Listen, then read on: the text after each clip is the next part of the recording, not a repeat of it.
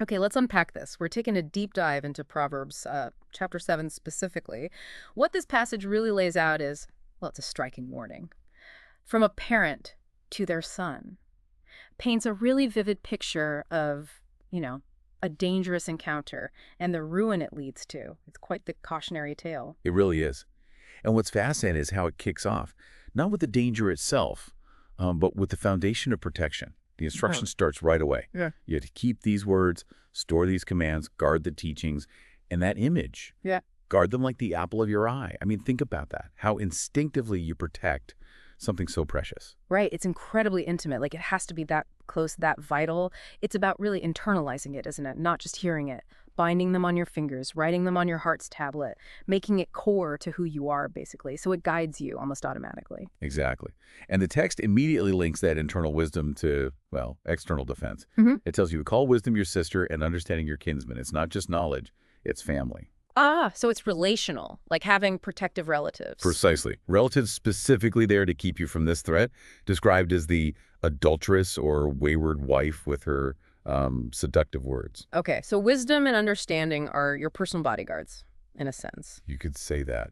Then the perspective shifts. We're looking out a window with the parent. Yeah, the scene setting, it's twilight, getting dark, and they spot this young man heading down the street toward her house, and the key thing about him, lacked judgment. That's what it says. That detail is crucial. Twilight. Lack of judgment. It sets the stage for vulnerability. And then the woman appears. The details jump out.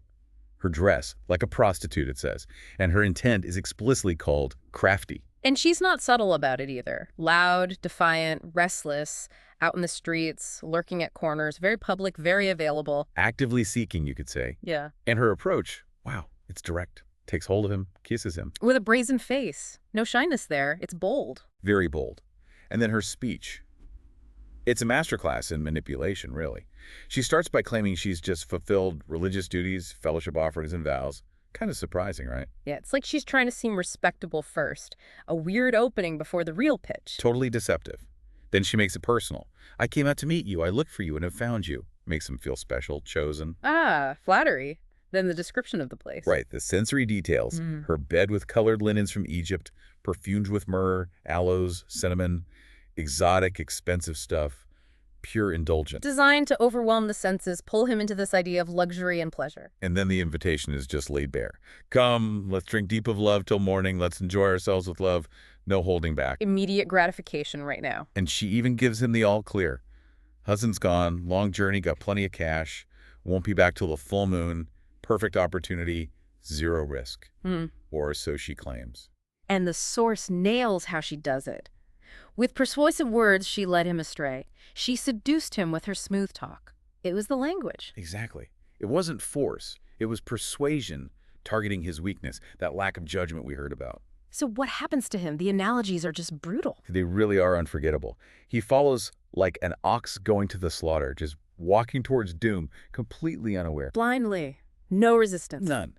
Then, like a deer stepping into a noose till an arrow pierces his liver. That suggests, a trap. A small step leads to sudden, fatal internal damage. Oof, that's vivid. And the last one? At a bird darting into a snare, little knowing it will cost him his life. Quick, impulsive, deadly. Thinking it's easy pickings, but it's the end. So these images hammer home the consequences. Thoughtless, inevitable, fatal. Starts small, ends badly. Powerful warnings, absolutely. Which brings us back to the parent's voice, speaking directly again. Right, addressing the sons, but really addressing you, the listener. Now then, my sons, listen to me. Pay attention. And the command is crystal clear. Do not let your heart turn to her ways or stray into her paths. It's about avoiding the direction, not just the final act. Because the damage isn't just personal. Many are the victims she has brought down. Her slain are a mighty throng. It's widespread destruction. Yeah, a huge scale of ruin. And the final destination is unambiguous. Her house is a highway to the grave, leading down to the chambers of death. No ambiguity there. It leads only one place. Death. Destruction. The end.